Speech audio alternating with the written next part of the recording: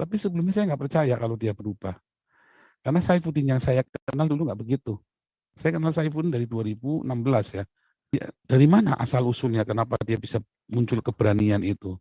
Saifuddin kan dalam timnya pembela KC dia mengalami kekalahan dan kebangkrutan total kan, menurunkan kelasnya setara dengan Abdul Somad. Kalau kemarin kan saya naikkan dia ke Anwar Abbas ya kan, untuk nuker Anwar Abbas jangan buat Abdul Somad.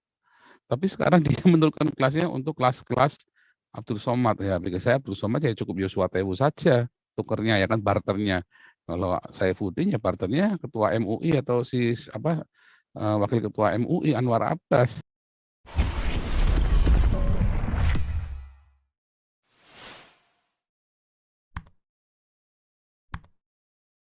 Kalau saya tanya semua orang-orang di Eropa, mereka tidak akan berani bicara tentang Islam.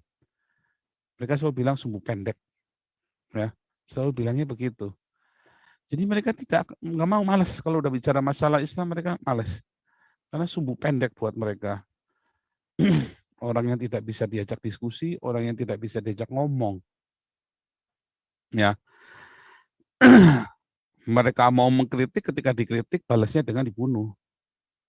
Itu sudah tahu, orang-orang seluruh dunia sudah ngerti. Lalu dengan alasannya ada 2 miliar orang Islam di dunia, alasannya begitu ya, ada 1,9 miliar orang Islam di dunia. Katanya si orang-orang oke ini ya. Tetapi Hidayat Nur Wahid atau siapa yang bilang ya, salah satunya ngomong juga dia ya. Dia mau 2 miliar karena mereka tidak berani meninggalkan Islam. Karena bunuh, ya kan? Kayak di Iran mereka tinggalkan Islam bisa dibunuh. Keluarganya bisa dimiskinkan. Di Arab Saudi kalau Anda orang Arab Saudi, kemudian Anda jadi Kristen, wah itu Anda bisa dibunuh itu. Minimum dimiskinkan, dipenjara dulu. Ya, jadi 2 miliarnya itu karena paksaan juga. Jadi mengapa orang jadi Islamofobia? Ya karena dari orang-orang yang ingin meninggalkan Islam nggak berani, lalu dia tinggalkan Islam dan terjadi persekusi. Ya, nah di Indonesia dulu sama ya, Yusuf Roni itu semua dipersekusi. Ketika dia meninggalkan Islam, Anda boleh meninggalkan Islam tapi diam-diam saja. Begitu Anda declare, Anda akan dipersekusi. Mau declare halus, mau declare dengan keras. Sama, pokoknya akan dipersekusi. Intinya mereka itu fakta ya. Kita nggak bisa membohongi bahwa itu ada. Ya, apakah itu dihembuskan? Enggak. Saya nggak ada yang menghembuskan. Dari kecil saya tinggal di desa. Ya, saya punya pengalaman yang buruk tentang Islam. Dari saya sekolah di jalan raya pun, ya, saya punya pengalaman yang buruk tentang Islam, rasisme, ya, termasuk diskriminasi terhadap pegawai pemerintah. Kami mengalaminya. Kalau Anda nggak mengalaminya, bohong. Mungkin Anda tinggalnya di planet Nibiru, ya. Kalau Anda nggak mengalaminya, Anda munafik, ya. Makanya tidak heran ada orang-orang seperti saya, seperti KC, seperti Saifuddin. Akhirnya berani kita. Tadinya kita nggak berani, diam, ya. Tadinya kita diam. Akhirnya kita jadi berani. Mengapa kita jadi berani? Udah empat, ya kan? Ya, terlepas dari apapun motivasinya Saifuddin dengan KC ya, dengan samkan mereka sambil menampilkan rekeningnya. Kalau saya kan nggak ada rekening saya ditampilkan ya.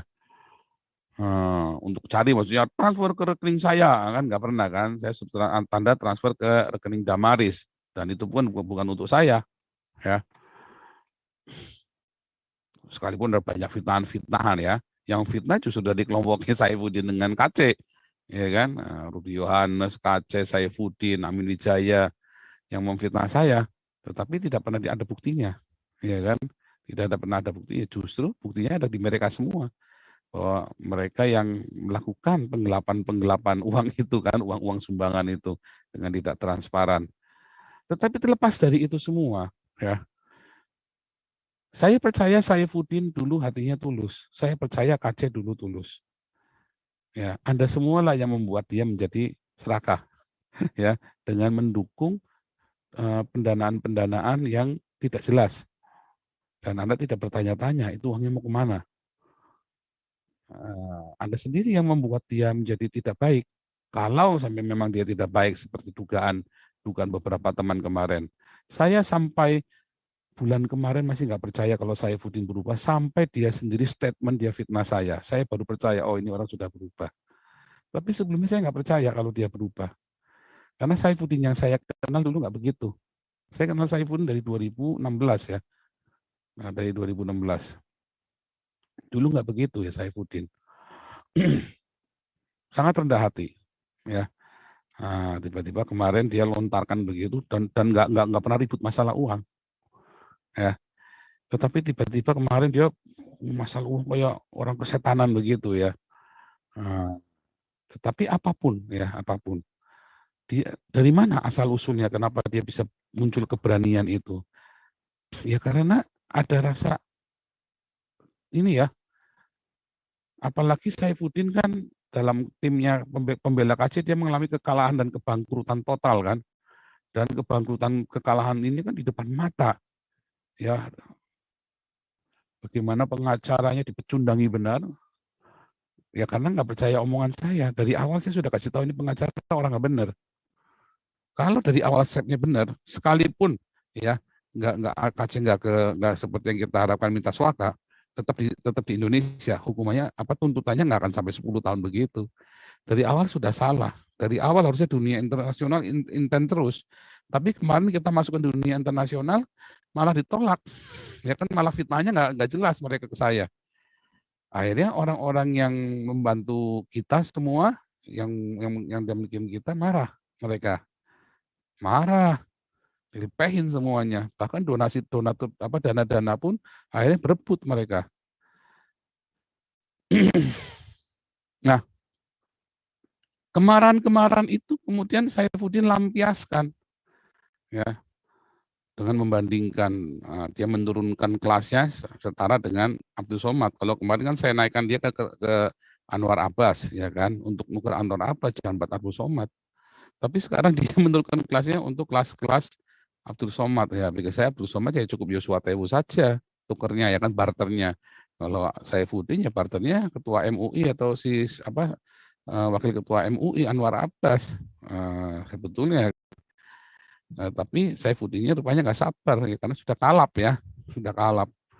Dia katakan 300 ayat Al-Quran harus diganti. Saya kira wajar saja permintaan dia. Jadi kalau dibilang salah ya nggak salah. Kalau dibilang menista agama ya seharusnya tidak menista agama. Orang beropini kan boleh saja. Ya kan sama seperti Egy Sujana beropini ya kan bahwa selain Islam tidak ada agama di Indonesia sesuai Pancasila. Boleh-boleh saja orang beropini, ya kan? Dan itu fakta-faktanya. Kalau dibilang NU adalah yang paling moderat, saya ragu, ya, karena PKI. Jadi saya ragu dengan perkataannya si Ade Armando. Kan saya sudah bilang sama Anda semua ya, Anda sedang ditakar sama Ade Armando sama Denny Siregar. Hanya mereka yang boleh mengkritik Islam. Kita nggak boleh, ya kan? Statement-statementnya mereka terhadap saya, ya kalau statement saya agak baikan ya si Ade Armando. Oh, Joseph Paulus Sang ini kan orang pinter, ya S1, S2, S3, pendeta pula. Kalau saya ini orang bodoh katanya. katanya Ade Armando ya. Saya ini bodoh. Waktu dia ngomentari saya, Joseph Paulus Sang ini orang pinter, orang berpendidikan. Dia lihai, dia pandai. Dipuji-puji saya. Sambil dia ngomel-ngomel, sambil muji-muji saya. Kalau saya Budin dibilangi picik, kerdil, bodoh, tolol, dan sebagainya macam. Ya udah itu opini boleh-boleh saja kan. Kalau saya Budin nggak terima, tuntutlah di Armando. Ya. Tetapi menurut saya, balik lagi ya, Saifuddin kan sudah lama di Islam, dia bukan orang kroco di Islam. Saya tidak setuju dengan cara Saifuddin karena berapologianya hanya mengkritik Islam tanpa dia membangun Kristen. Anda yang nggak ngerti, ya Anda senang haleluya haleluya saja. Anda nggak nyadari kalau Saifuddin kalau ditanya tentang Alkitab babak belur. Kalau saya mah ngamatin sampai dia ngamuk emosi kan. Waktu di situ ada Yudi Mulyana, ada Moko Ginta, satu lagi saya lupa ya. Dia emosi sama, oh ya Ustadz Masihud. Wah, dia marah sama Ustadz Masihud. Ustadz Masihud itu kan sebagai penanya kan. Itu kelihatan. Sampai beberapa waktu yang lalu pun debat sama Nandar, dia muter-muter kalau jawab Alkitab. Karena pengetahuan Alkitab nggak ada. Karena Gilbert tidak mendidik dia dengan baik. Ya, Gilbert tidak mendidik dia dengan, Gilbert menjadikan Saifuddin itu alat propagandanya dia.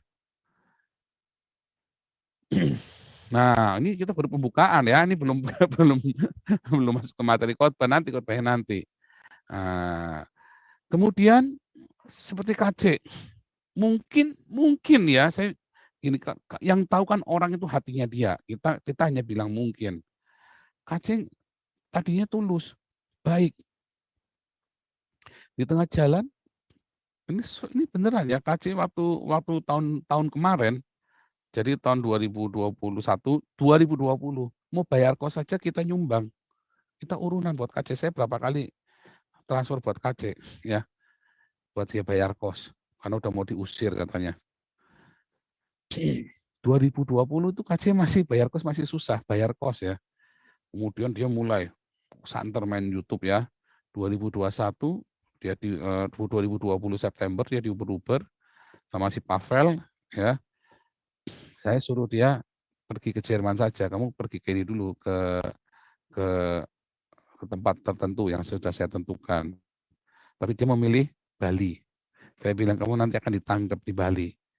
Bandel dia. Tapi saya sudah tahu pasti ditangkap ya. Karena Bali itu polisinya banyak Islam, bukan Kristen, bukan Hindu, Islam. Saya 4 tahun tinggal di Bali, saya tahu persis kondisi di Bali seperti apa. Ya, polisi Bali itu. Teman kita sampai diomel-omelin ya sama di Polda itu dimaki-maki ya. Lawang dia itu cuman jadi dijebak sama polisinya. Ya kan? Si KC ini juga bodoh, harusnya jangan sembunyi di sawah. Hadepin, udah pasti ditangkap kok. Nah, tetapi selama di Bali gaya hidupnya pun berubah ya. Gaya hidupnya aduhai. Nah, siapa yang membuat itu? Ya kalian. Karena kalian tidak menuntut pertanggungjawaban. Kalian merasa kalian punya uang, boleh suka-suka ngasih. Itu uang Tuhan, bukan uang. Oh, saya yang kerja, Pak. Oh, bukan. Kamu kalau Tuhan tak kasih juga tidak bisa. Itu tandanya Anda memberi bukan dengan ketulusan hati, tetapi dengan kesombongan. Tapi kalau Anda memberikan dengan ketulusan hati, walaupun cuma 50.000, apalagi kalau ngasih ya 50 juta, 500 juta, Anda akan menuntut kayak Pak Suara kebenaran, ya. Dia minta pertanggungjawabannya yang jelas. Harus. Bukan dia tangan kanan memberi tangan kiri, enggak, itu benar. Beliau seorang pengusaha yang sukses, beliau juga tahu uang itu didapat bukan dengan cuman dia ngoceh-ngoceh dapat duit, dia bekerja keras untuk bisa mencapai posisinya beliau itu. Ya, juga dengan donatur-donatur kita yang lain, Ibu Ketua, wah ngamuk dia kalau ada laporan keuangan nggak jelas, Ibu Ketua ngamuk. Ya, Ibu Ketua Damaris ya, Pak Ketua, itu kan donatur-donatur kita semua. Marah mereka. Itu tanda orang benar. Anda ngasih, Anda kudu tanggung jawab. Ya, ini uangnya buat apa nih? Ya, kecuali kalau Anda mau ngasih niat buat pribadi, saya memang ngasih mau pribadi. Ya, nah, tetapi itu pun Anda harus lihat. Karena ketika Anda sedang mengentertain hamba Tuhan, Anda bisa menjebloskan dia loh. Apalagi kalau hamba-hamba Tuhan ini tidak rajin, tidak suka berdiakonia. Tetapi ada hamba-hamba Tuhan yang suka berdiakonia. Uang Anda selalu disalurkan untuk yang bertahan, Anda akan diberkati. Nah, tapi hari ini kita nggak membaca masalah itu. Kita lagi membaca, kita lagi mau membahas tentang antikristus, bagaimana kemunculan antikristus ini udah di depan mata. Jadi hari